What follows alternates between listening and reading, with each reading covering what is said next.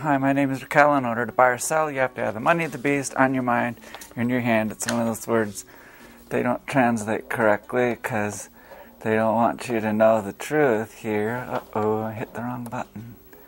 I'm going to zoom in and focus this. There we go. Let's zoom out. There's the apocalypse and the word charagma that they don't translate correctly.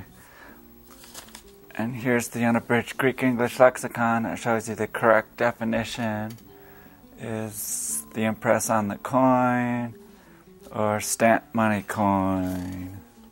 Well, it's March 15th and they elected a new pope. I mean, I'd really like to be the pope. I think the pope has so much power if he would just... And he named himself after St. Francis. And St. Francis of Assisi believed in... he told his disciples to go without any money. He told his disciples that it was a devil and a curse. And same with Jesus. Jesus told his disciples that you can't serve God or money. You'll either love the one or hate the other, or hold to the one and despise the other. But the Pharisees, who loved money, heard all this and scoffed. And that's another one of those words they don't translate correctly. It's an Aramaic word for money. And if you look at the Hebrew word for money, or if you go to like Google Translate or Babylon Translate, and you look for the definition of money, you'll find Mammon. That's what the Hebrew word is. And so they don't want you to know the whole truth. I mean, you can look at the context of this. And Jesus tells his disciples to go without money. And then, but the Pharisees who loved money heard all this and scoffed. And they use a different word there. It literally means fondness of silver. There's phila and arguran. Guran means, I guess, guran means silver in the classical Greek language. So they elected this pope, and I mean, if I could be the pope, I'd tell everybody that, money is unnecessary, and it's something that we need to work towards eliminating. It's like, even like in the book of Ezekiel, they say that it's a stumbling block, I'm not that much of a religious person, but, a lot of other people are, so they should basically, adhere to what, they believe in. The problem with the Christian church today is you've got so many people that, they talk about St. Paul and confessing with your mouth that Jesus Christ has risen from the dead and stuff like that, which just isn't logical. And like Jesus was the logos or the logic of God, but that's another one of those words they don't translate correctly. Sometimes my music is a little bit too loud, and if you want to hear the music, just turn your sound up real loud. I'm going to try to keep this so it doesn't interrupt what I'm saying or distract me too much. So let's see, what are we going to talk about? Oh yeah, the word logos is mistranslated. That's what I wanted to show you. You can see that it actually means like logic. And if it's not logical, then, it's not of God. The devil is a slanderer. The etymology of the word devil means to slander. There it is. It's kind of small, but you can see here. Let's see here. Zoom in. How do I get this in here? Well, there you go. That's from the Webster's Dictionary. You can see devil derives from the Greek diabolos. And this is from Strong's Concordance. It shows you that false accuser, devil, slanderer. So the devil is like a false accuser. This is one of these papers I made, like when I was, it was 1985 I made this paper, and it's got basically the gospel of eliminating money up here, with quotes by famous people who believed in eliminating money. Karl Marx believed in eliminating money, but you hardly ever hear these communists talk about it. And just about anybody who believes in eliminating money gets slandered. And, they crucified Christ for telling the truth about money, and he called the religious people of his days a bunch of hypocrites who like to appear to be pious with their fancy clothes and all that stuff. And, Jesus was a simple person and traveled around with basically just, like a hippie, and you can't really do that anymore. Traveling around, it's not too safe. Back when they had the Great Depression, people were riding the freight trains around, and it was a little bit more safe than it is today. But like some of these freight trains go to some very bad neighborhoods. I heard some kids hopped a freight somewhere like in Michigan or something, and they ended up in a really bad neighborhood and ended up getting killed hopping the freight. Well, I've got a couple articles. We'll just go through them. It's kind of good news to see that the fertility rate in Mexico has gone down quite a bit. You can see here, well, there it is, 1976. The fertility rate was almost 6 children per woman. And then it's dropped down to just a little bit over 2. 1990 it was 3. So 20 years it's they're doing that's really commendable, but still they don't show you, well, here's the population projections for Mexico, but they only go back to 2010. And I've got a Mexican population chart in here somewhere, and same with the United States. It's basically, that's what the real big problem is in this world, is the, here it is. I made this myself with Excel program on the computer. See, we got down here, 1940. They had 19 million people in Mexico, and it just really shot up.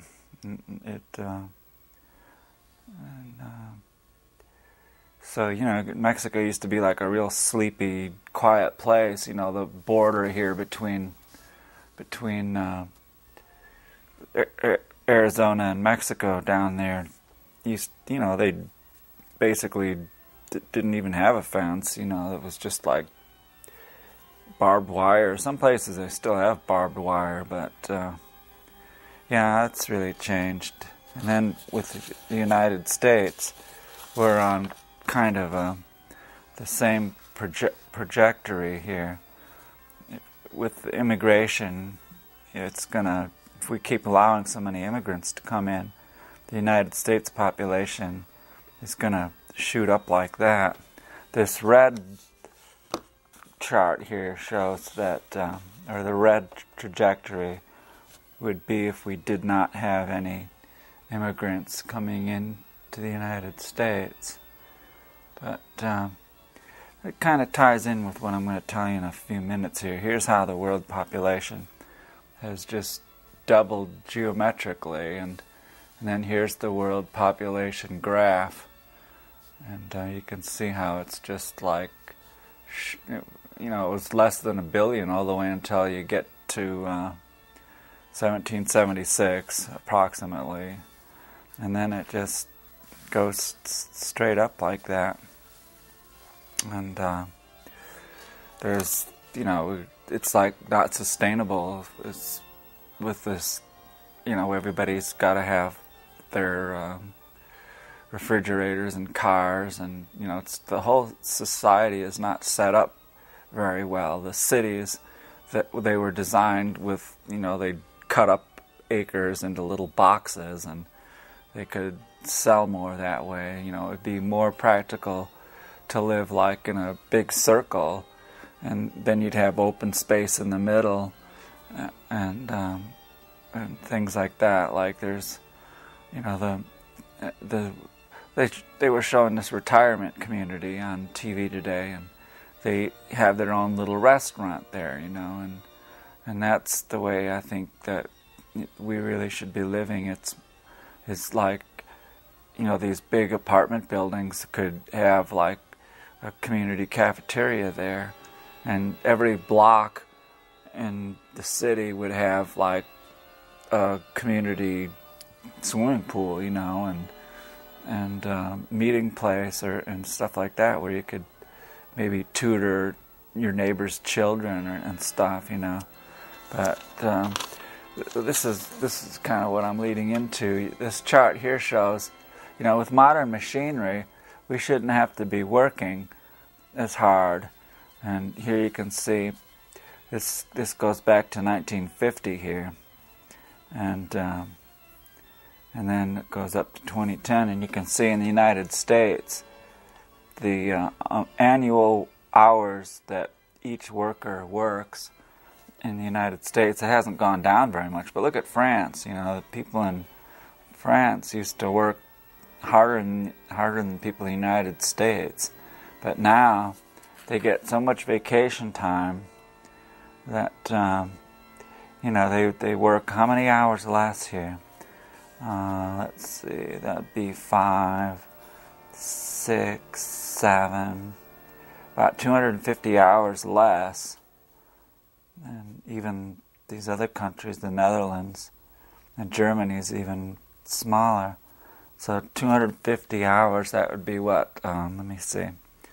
Well, 40 hours a week, 4, 8, 12. They get like 2 months work. Two months of work off. See, if we eliminated money, it would be very easy to... there's not that many jobs that are really necessary. It's they have. Let's see. I'm going to try to find a good song here. Here we go. So, like, if we eliminated money, there would be, no bankers, bookkeepers, accountants, salesmen, sales clerks, all these people that aren't really producing anything. And there's very few people that make the food, It's like there's only 2 million farmers in the United States, and half of them work in, making feed crops for cows and pigs and things like that. And the pigs and chickens, that's what's causing all the flu. The people in China, they live so close to their chickens. They might have chickens running around their house, and they have pigs living nearby too. And so that's why all the flu comes from China. It comes from these chickens. And so, it's not healthy to eat meat. And half the crops that we grow, all the corn, 90% of the corn goes to feeding pigs and cows, and a lot of it is crushed to make oil with, and then they use the cornmeal for feeding pigs and cows. And so there's people can live on this corn. That's the same kind of corn that they make tortillas out of. And I lived on corn and soybeans for a year, and as an experiment, but I took vitamin C, and I added a little salt to it, so it wasn't. And the corn has natural vitamin A, and it's got the corn and the soybeans have oil, so you get your fats. And I felt really good. Cows eat it, and look how strong they are. So, we could easily get rid of money if we just wised up. It's like, I don't understand why people just don't think it's a very good idea. It's like everybody thinks they're going to win the lottery or something. And there was this really good video, I put it up on my Facebook page, and people just have the wrong perception of how the wealth is divided up in the United States. They think that 20% have that much wealth, and 20% of that much wealth, and the top 20% have that much wealth. But it's not that evenly divided. It's like the top 1% owns like 30% of all of the wealth in the United States. You know, they get all the income. So, like, you know, when they talk about how, you know, per capita, the per capita income in the United States, it's not really accurate at all, because you get these rich people that totally skew the wages. You know, people keep saying that America's the greatest country, but there's a lot of other countries that have higher per capita earnings. And well, here's another chart here. It shows you kind of how bad America is. This map shows you how about maternity leave. You see these countries in red don't have any paid maternity leave, and the dark ones have 26 weeks or more. So that would be Canada there, France, you can see, Portugal. Iran has 26 weeks or more of maternity leave.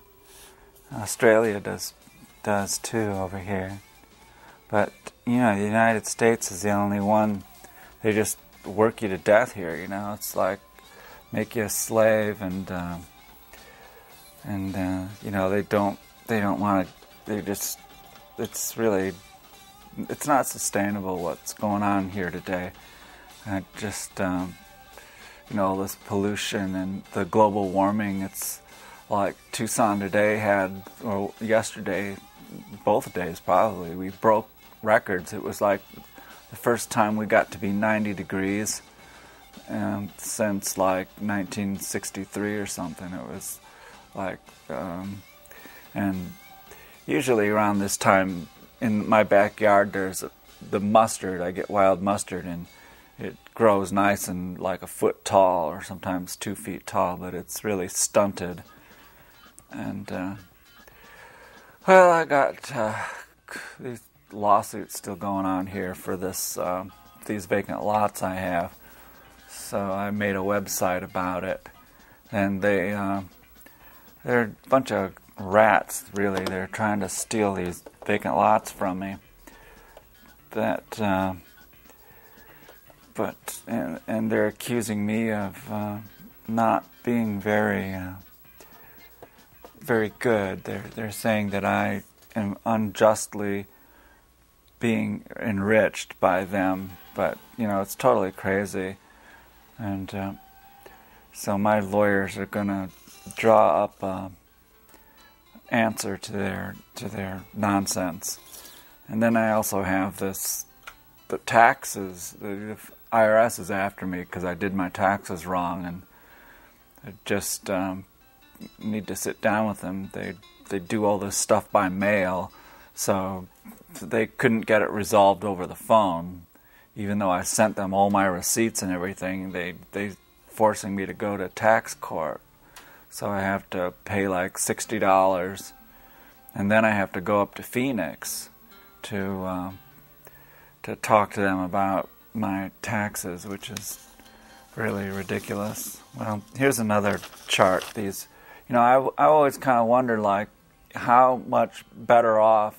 I mean, are the Iraqis better off, or the Libyans better off now that they've got their freedom, so-called freedom? You know, Gaddafi was another one of these people who believed in eliminating money, and he wrote a thing called the Green Book, where he talked about it. He says practically the same thing as Friedrich Engels did in the Principles of Communism, that when society reaches a certain stage of production, money will become superfluous. It's like if you have an abundance, it's almost like water. You know, you can get water out of a drinking fountain for free. You know, and when there's an abundance, like there's an abundance of corn, you know, and there's an abundance of soybeans, that we should be able to, I mean, you know, get that for free. And you know, if we made cars that were more durable, that wouldn't self-destruct in like a 5-mile-per-hour accident, and interchangeable parts, you know, I mean, But we need to get away from cars, and but you know, America's so spread out, it's almost necessary to have a car. Plus, you know, I once lived in my car. I had a Volkswagen bus, and I came down here to Tucson in like 1980 from Fort Collins. I was just camping out and hanging out in Fort Collins. I like to go to college towns because I was doing research. And so, you know, when the winter came, the first big snow, I came down to Tucson and camped out there, Reddington Pass, for a while, and then I went out towards the Rita Ranch area and found a nice place to camp out. Right now, there's a bunch of houses out there. And then where else? Oh yeah, then I used to go out towards Senaga Creek, and the county bought that land now. I don't know who owned it before that, but here's this chart I was just about to show you. This shows you how many refugees they have, and they've got a lot of refugees from Iraq too, you know, and but there's almost 1 million, thousands of refugees. So that, if it's 1,000 and that's 1,000, then it's 1 million. So a lot of them are in Lebanon, Jordan, Turkey, Iraq, and North Africa. But that's what's so bad about these wars. It's like, what are they? You know, they got rid of Gaddafi because they have oil there, and Gaddafi was, you know, a radical guy. Cesar Chavez died too. I liked him. I thought he was. He got up at the United Nations, and I watched his speech. He called like George Bush George Bush was the devil, he said. And you know, I just don't know a lot of these people. They're blind to the signs of the times. You got to check out my website. I've got a lot of information about the Kennedy assassination. That's one of the things that I did research on. Actually, you know, I was working on a book I was trying to get a bunch of quotations from famous people who believed in eliminating money. And I just happened to see this book on the shelf near where they have the books about Pol Pot in Cambodia. And they lied about Pol Pot. This guy, Noam Chomsky, wrote a good book called After the Cataclysm that explains that, you know, the Pol Pot didn't kill these people. A lot of them died from disease, and a lot of them died from the U.S. bombs. The B-52 bombers would fly over Cambodia and drop bombs and killed a lot of people. So there's a big lie about that, and right next to these were the Kennedy assassination books, and there was this book called Coup d'etat in America, and I thought, wow, that's a crazy book. And I took it off the shelf, and that's how I found out about this Kennedy assassination. I've got a lot of information, and in fact, this guy in this book, he took one of my flyers and put it in here that I made. Where is that? Oh my gosh, I don't know if I'm going to have enough time to show you this. Oh boy, well, I put my flyer in. There it is.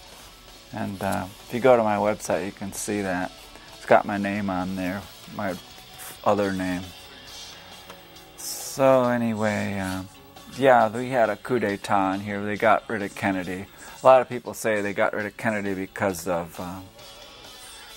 he was going to issue these greenbacks, but there were a lot of reasons they had to get rid of him. He didn't like the CIA, and he was against big business.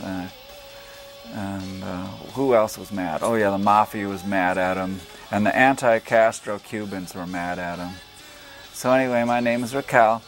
In order to buy or sell, you have to have the money of the beast on your mind or in your hand. Bye!